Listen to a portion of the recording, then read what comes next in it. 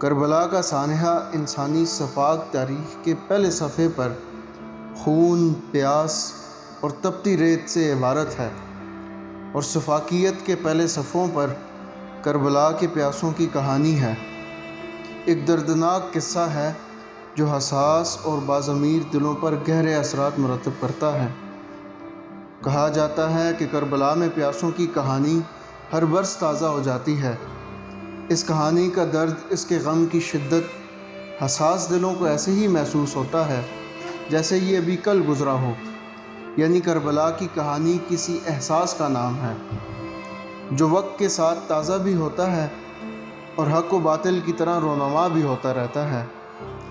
اگر موجودہ دور میں کربلا کے سائے کی بات کی جائے تو زمین کشمیر پر رونا آتا ہے، دھڑکنیں تھم جاتی ہیں، دل خون کے آنسو روتا ہے کہ کل کے کربلا والے بھی تنہا تھے اور آج کے کربلا والے بھی تنہا ہیں۔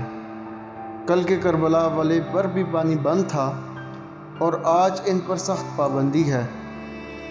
جی ہاں، گزشتہ 2 سال سے کشمیر کی حالت زار دیکھتے ہوئے محسوس ہوتا ہے کہ کربلا پھر سے نمودار ہو رہی ہے۔ زمین کشمیر کربلا کی طرح خون سے تر ہو رہی ہے، مگر ہم جہاں رہتے ہیں وہاں کی ریاست مدینہ کی مثالی ریاست سے تشبیہ دے کر اس کا نظم و نسق سنبھالا گیا۔ یہاں نظام انصاف لانے کے سمیت امور حکومت کو بھی مثالی بنانے کے وعدے کیے گئے تھے، لیکن عملی طور پر ایسا ہونے میں خاصی دقتوں کا سامنا رہا۔ نئے پاکستان کے بانیوں کو اقتدار میں آتے ہی جہاں کئی چیلنجز کا سامنا کرنا پڑا، وہیں کشمیر کا مسئلہ دوبارہ ان کے گلے پڑا۔ 5 اگست کو پڑوسی روایتی حریف ملک نے شارک پر ہی چھری چلا دی۔ ایسا کرنے سے سارا جسم کانپ گیا، اور چونکہ شارک پر چھری پڑی تو سوات قاتل نے اسے آدھا کاٹ کر جسم کو تڑپنے کے لیے چھوڑ دیا۔ جسم نے ہامتے کامتے انگڑائی لی اور شارک بچانے کے لالے پڑ گئے۔ کشمیر پر بھارت کی یک طرفہ اقدام نے وادی کشمیر کو دنیا کی سب سے بڑی جیل میں بدل دیا۔ بنیادی انسانی حقوق چھین لیے گئے اور آزادی مانگنے والی زبانیں کاٹنے کے لیے بھارتی انتہا پسندوں کو تیز دھار آلے تھما کر وادی کشمیر میں جھونک دیا گیا۔ کشمیر پر کربلا کا سایہ معلوم پڑتا ہے، شاید اس سے بھی زیادہ کوئی انتہا ہو، چونکہ پچھلے 27 سالوں میں جتنا لہو کشمیر میں بہا کہیں اور نہیں بہایا گیا، جتنی عزتیں نیلام ہوئیں کہیں اور کسی کی عزت کو اتنا تار تار نہیں کیا گیا، جتنی بیویاں بیوہ ہوئیں کہیں اور نہیں ہوئیں۔ کتنا درد اس دھرتی نے اٹھایا تو یوں کہا جائے کہ کشمیر میں روز ایک کربلا برپا ہوتی ہے تو غلط نہ ہوگا۔ کشمیر میں بیواؤں اور یتیموں کی ٹولیاں ہیں جن کے سروں پر دست شفقت رکھنے والا کوئی نہیں۔ وہاں خوراک کی قلت ہے، بھوک سے بلکتے بچے شاید کربلا کے پیاسے بچوں کی آوازوں کی یاد کو تازہ کرتے ہیں۔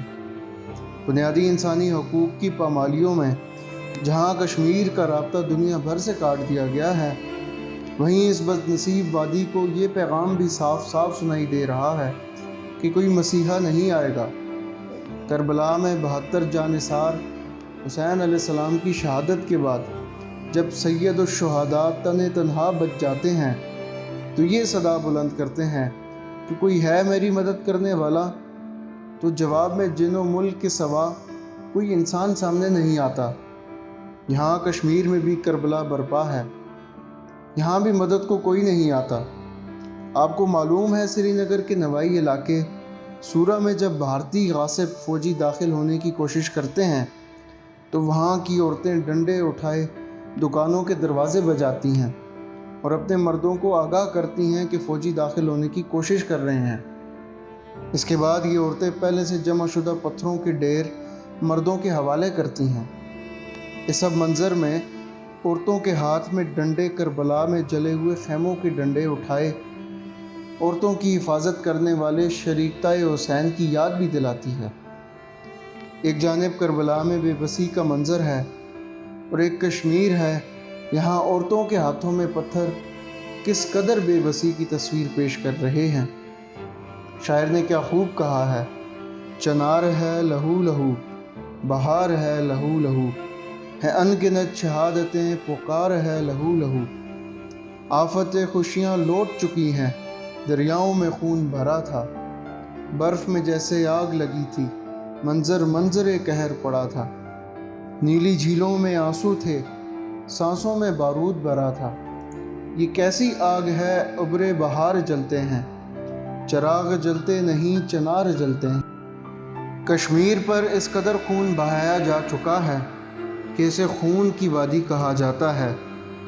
یہاں کا انسان مضطرب ہے اور بے یقینی کی زندگی گزار رہا ہے۔ معلوم نہیں کہ وہ بیوہ کیا کرتی، کیا سوچتی ہوگی، جسے آدھی بیوہ کہا جاتا ہے، جس کا شوہر لاپتہ ہے اور لوٹ کر نہیں آیا۔ اس نوجوان کی ماں بہن پر کیا گزرتی ہوگی کہ جب وہ گھر سے باہر گیا تھا تو خود اپنے پاؤں پر چل کر گیا تھا، اب جو لوٹا ہوگا تو کسی کے کندھے پر سوار ہو کر آیا ہوگا۔ جاتے وقت جس کی آنکھیں سلامت تھیں، اب اس کی دنیا پیلٹ گن کے چھروں سے تاریک ہو چکی ہے۔ وہ اپنے اس آنگن کو کیا دیکھ پائے گا کہ جہاں اس نے ان آنکھوں کو کھولا تھا۔ یہاں خون کی بارش ہوتی ہے، چادریں پامال ہوتی ہیں، بے بس عورتیں غاصب فوجیوں پر پتھروں سے حملہ آور نظر آتی ہیں، گلیاں سڑکیں خون سے رنگین نظر آتی ہیں۔ یہ سفاکیت اور مظلوم کشمیریوں، یہ درد جب کسی مجموعہ کی صورت بیان کرتا ہوں تو اس سب سے یہی معلوم پڑتا ہے کہ یہ تو خون ہی مانگتا ہے میاں، کشمیر پر کربلا کا سایہ ہے۔